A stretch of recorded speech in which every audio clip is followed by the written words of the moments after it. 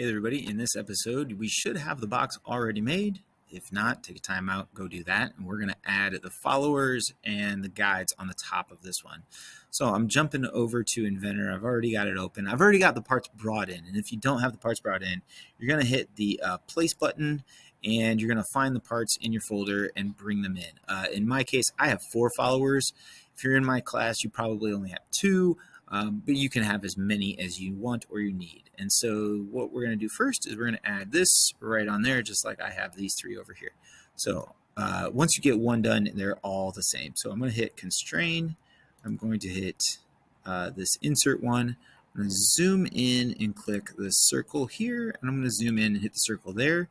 If it's flipped over and it looks like that, then go ahead and click on your solution options right there and go ahead and hit apply. And for some reason, I'm going to hit accept because I'm getting some kind of error.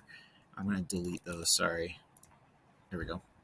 Okay, ignore that. Yours shouldn't kick that error. So now that I've deleted that, all of these parts, as I click on guide, you can see they all have an insert constraint right there.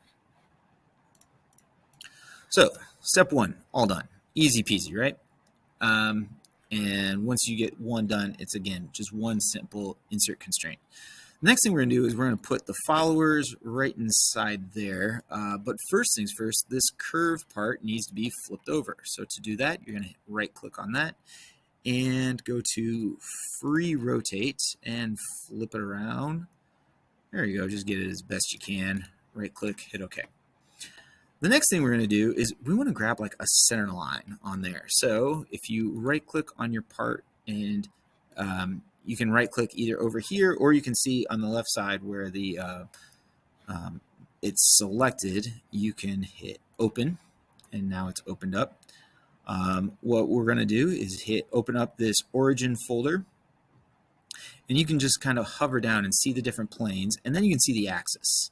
So we want, or in my case, I want this y-axis turned on. So I'm going to right click on it and turn on the visibility. I'm going to hit the save button and jump back over to my project so that you can see it added it to all of them. I'm going to hit the constraint, and I'm going to use the make constraint. I'm going to click on this center line or y-axis, and then I'm going to zoom in here and click on, if I hover over it, you'll see a center line pop up.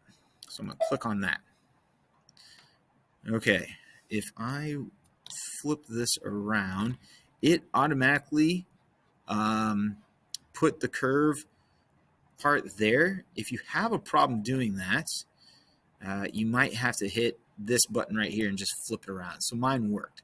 I'm going to hit apply, and then I'm going to just check and make sure that it guides through there. So I'm just clicking and dragging and moving it up and down, and it works beautifully. And now I'm just going to make sure that I do that. In my case, 4 more times. Maybe it's only 2 more times for you. So I'm going to hit constraint, hit this center line, zoom in here, and there it goes. It flipped on me. So I'm going to flip that and hit apply, and then I'm all done.